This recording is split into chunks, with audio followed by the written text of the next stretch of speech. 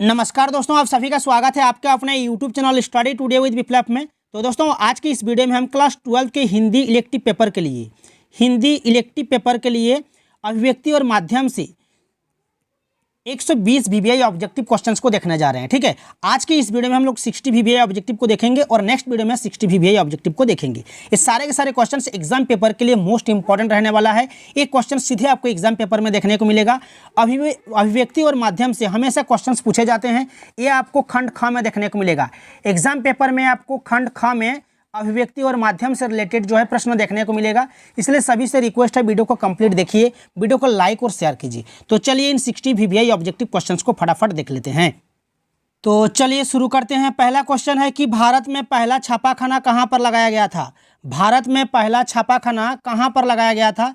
तो सही उत्तर हो जाएगा गोवा में। ऑप्शन नंबर 3 यानी कि सी आपका सही उत्तर होगा। नेक्स्ट है कि जनसंचार का श्रव्य माध्यम कौन सा है? दूरदर्शन, समाचार पत्र, रेडियो या पत्रिकाएं। रेडियो से हम लोग सुन सकते हैं। ठीक है, तो ये आपका श्रव्य माध्यम हो जाएगा। ऑप्शन नंबर 3 यानी कि सी सही उत्तर होगा। नेक्स्ट है कि रिपोर्ट में दी गई जानकारी का स्वरूप कैसा होना चाहिए? रिपोर्ट में दी गई जानकारी का स्वरूप कैसा होना चाहिए? तथ्यात्मक और सच्ची घटना पर आधारित होना चाहिए। ठीक है, ये आपका सही उत्तर हो जाएगा, तथ्यात्मक और सच्ची घटना पर आधारित। समाचार लेखन में कितने ककार होते हैं? याद रखना 6 ककार होते हैं। ठीक है, 6, ये आपका सही उत्तर हो जाएगा। Option number 2। आलेख डैश का ही एक रूप है। आलेख निबंध का ही एक रूप है, ये आपको याद रखना है। निबंध यहाँ पर हो जाएगा, निबंध का ही रूप है। ठीक है, नेक्स्ट है कि पत्रकारिता का मूल तत्व क्या है? कल्पना, संस्मरण, जिज्ञासा या नीति। तो सही उत्तर हो जाएगा जिज्ञासा। नेक्स्ट है कि जनसंचार माध्यम में रिपोर्टर को हिंदी में क्या कहते हैं? जनसंचार माध्यम में रिपोर्टर को हिंदी में क्या कहते हैं? संवाददाता कहते हैं। ठीक है, संवाददाता आपका सही उत्तर होगा। नेक्स्ट है कि पत्रकारिता शब्द का प्रारंभ किस विधा से हुआ है? पत्रकारिता शब्द का आरंभ किस विधा से हुआ है? तो समाचार पत्र से। ऑप्शन नंबर 2 सही उत्तर होगा। नेक्स्ट सवाल है कि जनसंचार का मुख्य कार्य क्या है? सूचना संग्रह एवं प्रचार करना, सूचना का विश्लेषण करना, ज्ञान के स्तर में वृद्धि करना। तो ये सभी जो है आपका सही उत्तर होगा, इसलिए ऑप्शन नंबर डी इनमें सभी सही उत्तर होगा। लोकतंत्र का चौथा स्तंभ किसे कहा जाता है? मीडिया को। ठीक है, लोकतंत्र का चौथा स्तंभ मीडिया को कहा जाता है। ऑप्शन नंबर 2 मीडिया सही उत्तर होगा। नेक्स्ट सवाल है कि पत्रकारिता की भाषा में आमुख को अन्य किस नाम से भी जाना जाता है? इंटो, लीड, मुखड़ा, इनमें सभी, ये आपका सही उत्तर होगा, इनमें सभी को। ठीक है, नेक्स्ट है कि इंटरनेट पत्रकारिता को और किस नाम से जाना जा सकता है? इंटरनेट पत्रकारिता को और किस नाम से जाना जाता है? तो ऑनलाइन पत्रकारिता, साइबर पत्रकारिता, वेब पत्रकारिता। तो इनमें सभी जो है आपका सही उत्तर होगा, ऑप्शन नंबर डी। नेक्स्ट सवाल है कि संवाददाताओं के बीच काम का विभाजन आमतौर पर किस बात का ध्यान में रखते हुए किया जाता है? संवाददाताओं के ज्ञान और रुचि के आधार पर। ठीक है, ऑप्शन नंबर 1 सही उत्तर हो जाएगा, संवाददाताओं के ज्ञान और रुचि के आधार पर। नेक्स्ट है किसी बड़ी खबर को कम से कम शब्दों में दर्शकों तक तत्काल पहुंचाना क्या कहलाता है? किसी बड़ी खबर को कम से कम शब्दों में दर्शकों तक तत्काल पहुंचाना क्या कहलाता है? Breaking news. ठीक है, ब्रेकिंग न्यूज कहलाता है। ऑप्शन नंबर 3 यानी कि सी आपका सही उत्तर होगा। नेक्स्ट सवाल है कि आज़ादी से पूर्व का प्रमुख समाचार पत्र कौन सा है? आज़ादी से पूर्व का प्रमुख समाचार पत्र इनमें से कौन सा है? ऑप्शन में है यहाँ पर कर्मवीर, प्रताप, विशाल भारत, इनमें सभी। तो इनमें से सही उत्तर हो जाएगा प्रताप। जनसंचार माध्यमों के अंतर्गत रेडियो एक विशेष डैश माध्यम है। रेडियो जो है श्रव्य माध्यम है, रेडियो से केवल हम लोग सुन सकते हैं, इसलिए श्रव्य माध्यम हो जाएगा। नेक्स्ट सवाल है कि भारत में टेलीविज़न का प्रारंभ कब हुआ था? भारत में टेलीविज़न का प्रारंभ 15 सितंबर 1959 को हुआ था। सभी से रिक्वेस्ट है, वीडियो को कंप्लीट देखिए, वीडियो को लाइक और शेयर कीजिए। अगर आप हिंदी इलेक्टिव पेपर का ऑफिशियल मॉडल पेपर को नहीं देखे हो, हिंदी इलेक्टिव पेपर का ऑफिशियल मॉडल पेपर को नहीं देखे हो, तो इस वीडियो के डिस्क्रिप्शन में आपको वीडियो का लिंक मिल जाएगा। एग्जाम देने से पहले ऑफिशियल मॉडल पेपर को जरूर देखना, लिंक आपको इस वीडियो के डिस्क्रिप्शन में मिल जाएगा। नेक्स्ट सवाल है कि किसी खास विषय पर सामान्य लेखन से हटकर किया गया लेखन क्या कहलाता है? किसी खास विषय पर सामान्य लेखन से हटकर किया गया लेखन विशेष लेखन कहलाता है। विशेष लेखन।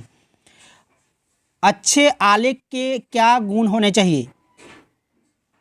जिज्ञासा उत्पन्न करने की शक्ति। ठीक है, जिज्ञासा उत्पन्न करने की शक्ति। ऑप्शन नंबर 2 सही उत्तर होगा। नेक्स्ट सवाल है कि सरकार के कामकाज पर निगाह रखना और उनकी गड़बड़ियों को उजागर करना क्या कहलाता है? वॉचडॉग पत्रकारिता। क्या कहलाता है? वॉचडॉग पत्रकारिता। ऑप्शन नंबर 1 सही होगा। समाचार लेखन में मुख्यतः कितने अंग होते हैं? समाचार लेखन के मुख्यतः कितने अंग होते हैं? 3 अंग होते हैं। ऑप्शन नंबर 4 सही उत्तर होगा। नेक्स्ट है कि उल्टा पिरामिड शैली का प्रयोग निम्न में से किस लेखन में होता है? उल्टा पिरामिड शैली का प्रयोग निम्न में से किस लेखन में होता है? तो ये समाचार लेखन में होता है। समाचार लेखन आपका सही उत्तर होगा। नेक्स्ट है कि टीवी चैनलों में तत्काल प्रसारित समाचारों के प्रकारों में से एक है breaking news, cartoon news, morning news, इनमें से कोई नहीं। तो सही उत्तर होगा ब्रेकिंग न्यूज। समाचार पत्र किस माध्यम का एक स्वरूप है? समाचार पत्र किस माध्यम का एक स्वरूप है? तो प्रिंट माध्यम है। ठीक है, समाचार पत्र जो है प्रिंट माध्यम का एक स्वरूप है। ऑप्शन नंबर 2 सही होगा। किसी लिखित सामग्री को त्रुटि विहीन करके उसको पढ़ने योग्य क्या कहलाता है? तो संपादन। ऑप्शन नंबर 4 सही उत्तर होगा संपादन। रेडियो के द्वारा प्रसारित समाचार किन माध्यमों से हम तक पहुंचता है? तो इस श्रव्य माध्यम से। ऑप्शन नंबर 1 सही होगा। किसी समाचार के पहले अनुच्छेद या आरंभिक 2-3 पंक्तियों को उसका डैश कहते हैं। किसी समाचार के पहले अनुच्छेद या आरंभिक 2-3 पंक्तियों को उसका डैश कहते हैं? तो मुखड़ा कहते हैं। क्या कहते हैं? मुखड़ा। ऑप्शन नंबर 2 सही होगा मुखड़ा। नेक्स्ट है कि मुद्रण, ध्वनि, दृश्य, फिल्म आदि सभी प्रकार के संचार माध्यमों का संगम डैश कहलाता है? तो ये इंटरनेट कहलाता है। क्या कहलाता है? इंटरनेट। ऑप्शन नंबर 1 सही होगा इंटरनेट। नेक्स्ट है कि संचार शास्त्री विल्बर श्रम ने कहा है कि संचार अनुभवों की डैश है। संचार अनुभवों की डैश है साझेदारी। आपका सही उत्तर होगा यहाँ पर साझेदारी। प्रिंट मीडिया को डैश के नाम से भी जाना जाता है। प्रिंट मीडिया को समाचार पत्र के नाम से जाना जाता है। समाचार पत्र। हिंदी का पहला समाचार पत्र किस वर्ष प्रकाशित किया गया था? हिंदी का पहला समाचार पत्र किस वर्ष प्रकाशित किया गया था? तो 1826 ईस्वी में। आज़ादी के पूर्व छपने वाले समाचार पत्रों में से एक है केसरी, जनसत्ता, अमर उजाला, दैनिक जागरण। तो सही उत्तर होगा Kesari. Option number 1। All India radio की विधिवत स्थापना किस वर्ष हुई थी? ऑल इंडिया रेडियो की विधिवत स्थापना किस वर्ष हुई थी? तो 1936 ईस्वी में। ऑप्शन नंबर 3 सही होगा 1936। भारत की पहली मूक फिल्म किसने बनाई थी? दादा साहब फाल्के ने। किसने बनाई थी? दादा साहब फाल्के। आपका सही उत्तर होगा। नेक्स्ट सवाल है कि दूरदर्शन नामक निकाय की स्थापना किस वर्ष हुई थी? दूरदर्शन नामक निकाय की स्थापना कब हुई थी? तो ये 1976 ईस्वी में। नेक्स्ट है किस प्रकार के समाचारों में शब्द, ध्वनि और दृश्य तीनों का मेल होता है? तो टेलीविज़न में। ठीक है, टेलीविज़न में हम लोग ध्वनि, शब्द और दृश्य ये तीनों का मेल होता है। देख सकते हैं, सुन सकते हैं और शब्द का जो है अनुभव होता है। ठीक है, तो ये आपका सही उत्तर होगा ऑप्शन नंबर 4 टेलीविज़न। हिंदी का पहला समाचार पत्र सबसे पहले कहाँ प्रकाशित हुआ था? तो कोलकाता में। भारत में रेडियो का शुरुआत डैश के आसपास हो गई थी। भारत में रेडियो की शुरुआत 1905 ईस्वी में। ऑप्शन नंबर 1 सही उत्तर होगा 1905। मुद्रण माध्यम का एक स्वरूप है। मुद्रण माध्यम जो है समाचार पत्र का एक स्वरूप है। ठीक है, मुद्रण माध्यम का एक स्वरूप है समाचार पत्र। 1931 में पहली बोलती फिल्म बनी थी। 1931 में पहली बोलती फिल्म बनी थी आलम आरा। ये आपको याद रखना है, आलम आरा। नेक्स्ट सवाल है कि प्रतिवेदन शब्द अंग्रेजी के किस शब्द का हिंदी रूपांतरण है? प्रतिवेदन शब्द अंग्रेजी के किस शब्द का हिंदी रूपांतरण है? तो ये रिपोर्ट का। ऑप्शन नंबर 3 रिपोर्ट सही उत्तर होगा।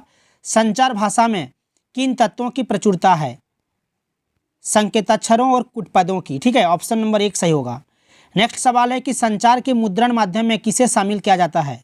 समाचार पत्र को, पत्रिकाएं और पंपलेट्स, इन सभी को। ऑप्शन नंबर डी सही होगा इनमें सभी। मुद्रण का जन्म कहाँ पर 868 ईस्वी में हुआ था? तो ये चीन में हुआ था। समाचार पत्र में साक्षात्कार छापने की प्रणाली कब शुरू हुई थी? तो सन 1859 में। ठीक है, ऑप्शन नंबर 2 सही होगा 1859। पीटीआई क्या है? पीटीआई जो है एक समाचार एजेंसी है। ऑप्शन नंबर 1 आपका सही होगा समाचार एजेंसी। खोज परक पत्रकारिता से क्या आशय है? खोज परक पत्रकारिता से आशय है गहरी छानबीन के पश्चात सूचना प्रदान करना। गहरी छानबीन के पश्चात सूचना प्रदान करना, ये आपका सही उत्तर होगा। रिपोर्ट का क्या अर्थ है? रिपोर्ट का अर्थ है कि घटना की ठीक ठाक सूचना, ये आपका सही उत्तर होगा। स्टिंग ऑपरेशन किस पत्रकारिता का एक रूप है? स्टिंग ऑपरेशन वाचडक पत्रकारिता का एक रूप है। वाचडक पत्रकारिता, ऑप्शन नंबर 3 सही होगा। निबंध लेखन में डैश विचारों की अभिव्यक्ति होती है, तो मौलिक विचारों की अभिव्यक्ति होती है। ऑप्शन नंबर 1 सही होगा। समाचार पत्र के संपादक के नाम लिखे गए पत्र में संबोधन हेतु किस शब्द का प्रयोग प्रचलित है? महोदय, प्रिय, बंधु या महानुभाव? तो सही उत्तर हो जाएगा आपका महोदय हो जाएगा, ऑप्शन नंबर 1। जनसंचार माध्यमों का प्रमुख कार्य क्या है? सूचना देना और शिक्षित करना। ऑप्शन नंबर 1 सही होगा। नेक्स्ट सवाल है, सिनेमा और रंगमंच की तरह रेडियो एक दृश्य माध्यम नहीं बल्कि डैश है, रेडियो एक श्रव्य माध्यम है। नेक्स्ट है कि विज्ञान, वरदान अथवा अभिशाप विषय पर निबंध लिखने के लिए आप किस शैली का प्रयोग करेंगी? तो विचारात्मक शैली का, ठीक है, विचारात्मक शैली का प्रयोग करेंगे। ऑप्शन नंबर 1 सही होगा। निबंध लेखन के माध्यम से निबंध लेखक के किस गुण को परखा जा सकता है? ज्ञान और अनुभव, सोच और जागरूकता, बोध और संयम, ज्ञान और जिज्ञासा। तो सही उत्तर होगा ज्ञान और अनुभव। सूचनाओं का संकलन कर संपादक तक पहुंचाने की जिम्मेदारी किसकी होती है? तो एक पत्रकार की होती है। ऑप्शन नंबर 1 सही होगा, पत्रकार। किसी घटना अथवा किसी आयोजन के संबंध में लिखित विवरण प्रस्तुत करना क्या कहलाता है? किसी घटना अथवा किसी आयोजन के संबंध में लिखित विवरण प्रस्तुत करना क्या कहलाता है? प्रतिवेदन कहलाता है। Option number 2। किसी रोचक विषय पर मनोरंजक ढंग से लिखा गया विशिष्ट आलेख क्या कहलाता है? किसी रोचक विषय पर मनोरंजक ढंग से लिखा गया विशिष्ट आलेख क्या कहलाता है? फीचर कहलाता है। ऑप्शन नंबर 2 सही होगा। फीचर की भाषा क्या है? फीचर की भाषा कलात्मक है। Option number 2। लोकतंत्र के अविभाज्य अंग के रूप में किसे जाना जा सकता है? लोकतंत्र के अविभाज्य अंग के रूप में किसे जाना जाता है? पत्रकारिता, अध्ययन, साहित्य लेखन या रोजगार? तो सही उत्तर कौन सा हो जाएगा? यहाँ पर पत्रकारिता हो जाएगा। तो ये था क्लास 12 के हिंदी इलेक्टिव पेपर के लिए अभिव्यक्ति और माध्यम से 60 VVI ऑब्जेक्टिव का सॉल्यूशन। वीडियो को अगर अच्छा लगा तो लाइक और शेयर कीजिए, और नेक्स्ट वीडियो देखने के लिए हमारे चैनल में जुड़े रहने के लिए चैनल को सब्सक्राइब करके रखिए। तो मिलते हैं नेक्स्ट वीडियो में।